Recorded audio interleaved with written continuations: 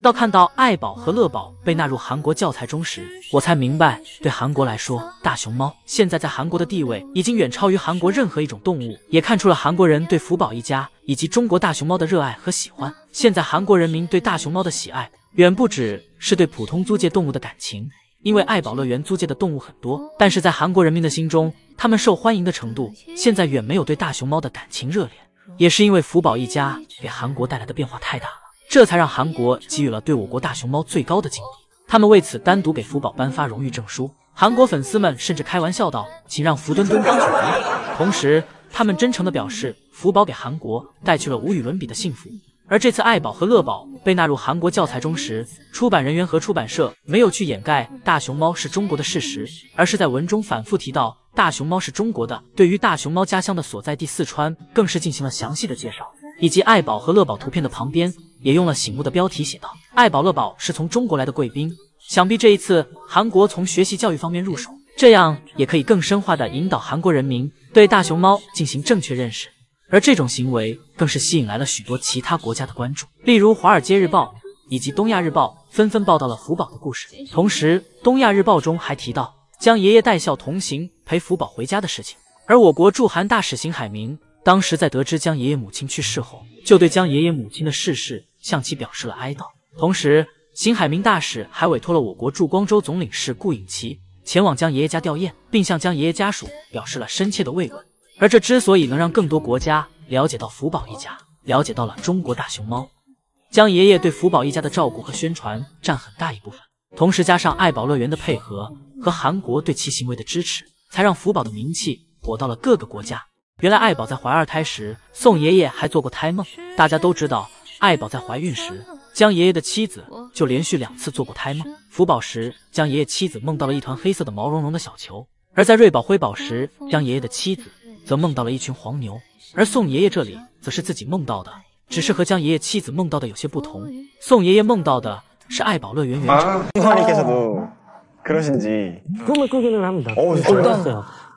안 믿으실 것 같은데. 얘기해주세요. 관련한 꿈이기는 한데 그 원장님이 나오셔서 원장님이 꿈속에 나오셔서 쌍둥이네 뭐 이런 얘기를 하셨거든요. 虽然有点搞笑，但这却是宋爷爷真实经历的。但不知道园长如果知道了自己出现在了宋爷爷梦里，会作何感想？真不愧是宋3岁。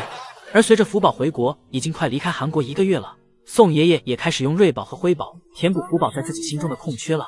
最近宋爷爷每天1篇瑞宝和辉宝的小日记，连干3天。不过文中再也没有出现福宝的字样和身影。福宝的离开让宋爷爷颓废了许久，宋爷爷也表示自己占用了太多的公共资源，而现在作为公共人物的宋爷爷，更想为大家起到一个积极的作用。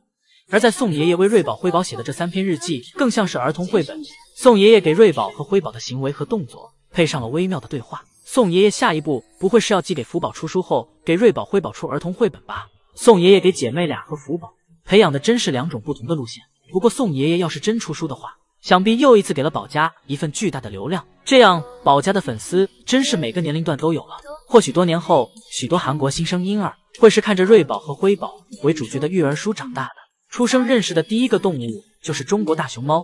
宋爷爷真的是不断的为营销宝家付出着自己的努力，也是想让瑞宝和辉宝等回国时和福宝姐姐拥有同样的流量。今天福宝的姨姨来到园区给福宝放置竹子，姨姨的强迫症突然犯了，感觉眼前的竹子怎么放都不好看，而且还往外溜。姨姨去到里面进行摆放，势必要给竹子摆整齐。最后姨姨选择将老爱溜走的3根竹子带走，结果要走时不小心头撞树上了。姨姨今天可真够倒霉的。一会儿福宝从通道门里走了出来，福宝边走边向小亭子上看去。福宝看到小亭子上放置的是窝头，福宝没有过多的停留，而是目标坚定地走向了小木床上的胡萝卜。福宝来到小木床上后，尝试用手给胡萝卜拿起来。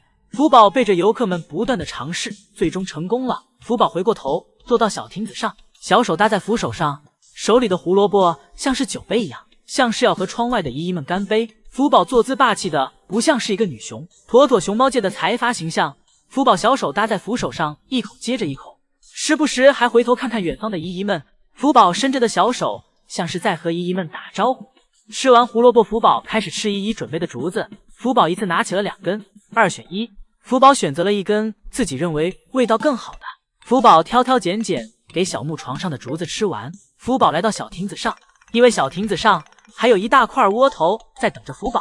福宝闻了闻今天的窝头，感觉味道还不错。福宝转身坐在小亭子正中间，开始享用自己美味的窝头。吃着吃着，福宝看到掉落在自己身上的窝头渣渣太多了，福宝表示不能浪费。福宝低头捡拾着，上一秒还在挑拣竹子的福宝，这一秒又要做熊猫界节约粮食的代表。福宝愉快地吃完窝头，就在福宝正要吃竹子时，天空突然来了一声雷响，福宝被雷声吓了一跳。福宝仔细听了一会儿之后，没有再听到雷声，福宝便继续吃起了竹子。爱宝正在床上吃饭，而福宝则在旁边拼命折腾，试图引起妈妈的注意。就算不断的摔倒，福宝也不放弃，感觉手用不上力，福宝就用牙咬妈妈，想让妈妈转过身来给自己也尝一口。此时的福宝跟爱宝相比，爱宝就像是一座大山，福宝则就像是一个毛绒玩具，任凭福宝怎么折腾都无法撼动爱宝。爱宝甚至连头都不回，根本不想看福宝一眼。福宝踉踉跄跄的在妈妈身后对着妈妈的毛一口接着一口。姨姨们表示，这个瓜娃子真是从小就爱薅他妈妈的毛。福宝从妈妈身后的缝里钻到妈妈身边，爱宝也很是细节，察觉到福宝钻过来后才向后靠去。当福宝在身后时，爱宝一直都是向前弯着腰，害怕压着福宝。虽然零食福宝一口也捞不着，但是妈妈的爱将福宝填得满满的。一会儿妈妈吃完，福宝有点不开心了，自己蹲在角落，自己跟自己玩。爷爷这时来到房间，试图哄福宝开心。心情好转的福宝开始在妈妈饮水盆上折腾。福宝从小就练爬妈妈饮水盆的动作。一会儿福宝被妈妈发现了，被妈妈拖到了床上。爱宝让福宝在床上待着，不要乱跑。福宝本来是听妈妈的话的，但由于自己对环境的好奇，在床上爬着爬着就给自己爬没了，动作没有丝毫的拖泥带水。福宝摔下来后怕妈妈发现，又拼命的想给自己爬上去。就在福宝不断努力时，突然腾空飞起。原来爱宝早就发现了福宝，爱宝让福宝体验了一下起飞的感觉。爱宝将福宝拖到角落，这一刻福宝只能属于爱宝，福宝哪都不能去，只能陪着妈妈，除非爷爷又给爱宝送来了窝头。爷爷这时将室外的门打开了，让爱宝和福宝出去呼吸一下新鲜空气。福宝跟妈妈出来后胆子小小的，没有了刚才在室内时的调皮，而是时刻跟在妈妈屁股后面，妈妈去哪儿福宝就去哪儿。一会儿福宝趴在门口睡着了，爷爷将门打开，福宝从小平台上掉了下来。此时福宝还没睡够，只是睁开眼看了一眼，然后给自己翻了个身继续睡去。因为有妈妈在的地方，福宝就有安全感。一会儿爱宝回室内，福宝立马就醒了过来，表示让妈妈不要走这么快，等等自己。前2天大家都看到福宝的小亭子被大冰坨子覆盖了，爷爷当然也不会忘记乐宝的。爷爷也给乐宝的小亭子安排了一个和福宝同样配置的。爷爷用工具给大冰坨子进行固定，防止大冰坨子掉下去。固定完后，爷爷看着这样的冰床太过于单调，爷爷又拿来了许多竹子进行布置。要知道，江爷爷可是为了动物们能有一个舒服的生活环境，特意进修过园林专业。经过爷爷的一番布置，乐宝的小亭子瞬间换了感觉，变成了一个竹林。一会儿，乐宝来到园区，看着眼前的小亭子，一时不敢相信。乐宝左看看右瞧瞧，以为自己走错了园区。查看了一下周围环境后，乐宝确认自己没走错。乐宝来到小亭子上，看着这眼前胡萝卜和窝头，还有一个冰镇竹子大碗，已经开始流口水了。乐宝迫不及待的将一块胡萝卜放在嘴里吃了起来。吃着吃着，乐宝低下了头。爷爷表示，乐宝这事又被自己感动了，正低着头偷偷抹眼泪呢。乐宝为了不辜负爷爷的一片心意，摸了摸眼角的泪水，继续起来吃。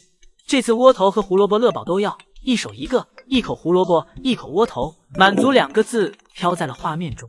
吃完胡萝卜和窝头，乐宝开始研究奶爸为自己精心布置的冰床，冰冰凉凉，周围还散发着冰镇过后的竹子香味。乐宝被奶爸的用心感动了，乐宝立马给自己的小亭子做了个标记，先给小亭子占领，之后自己再慢慢玩。做完标记后，乐宝又吃起了竹子。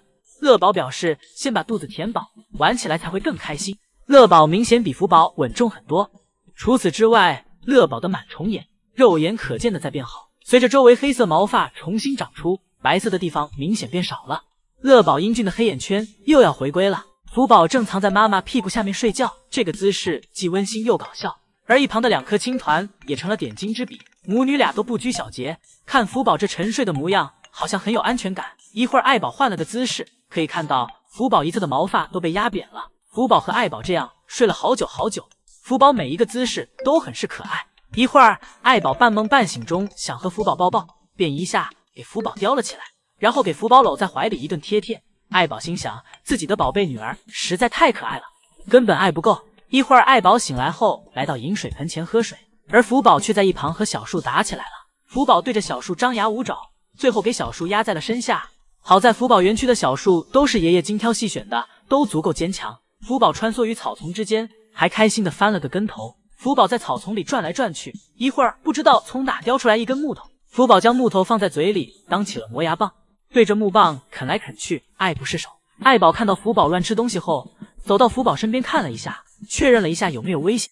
一会儿，爱宝来到小木床上休息，福宝则自己给自己耍起了花活，给自己吊在木头上。爱宝一会回头看到福宝又在给自己找活干，爱宝急忙给福宝救了出来。福宝是一点也不让自己省心，这要是两个妹妹长大了，爱宝根本忙不过来，可能到时候爱宝揍完一个，又得跑去揍另一个，根本停不下来。一会儿爱宝离开，福宝又学着妈妈样子想爬到小木床上，只见福宝全身用力，再借助后面的木杆成功爬了上去，但是下一秒福宝感觉上半身有点沉，一下给自己翻了过去。爱宝看着这个操心的娃又折返了回来，又给福宝救了下来。福宝一个翻滚翻到了妈妈怀里，在妈妈怀里不断的晃着自己的身子。爱宝眼前尘土飞扬，一口给福宝的耳朵咬住了，让福宝别晃了，再晃又要挨揍了。福宝听见妈妈要揍自己，吓得立马爬起来溜掉了。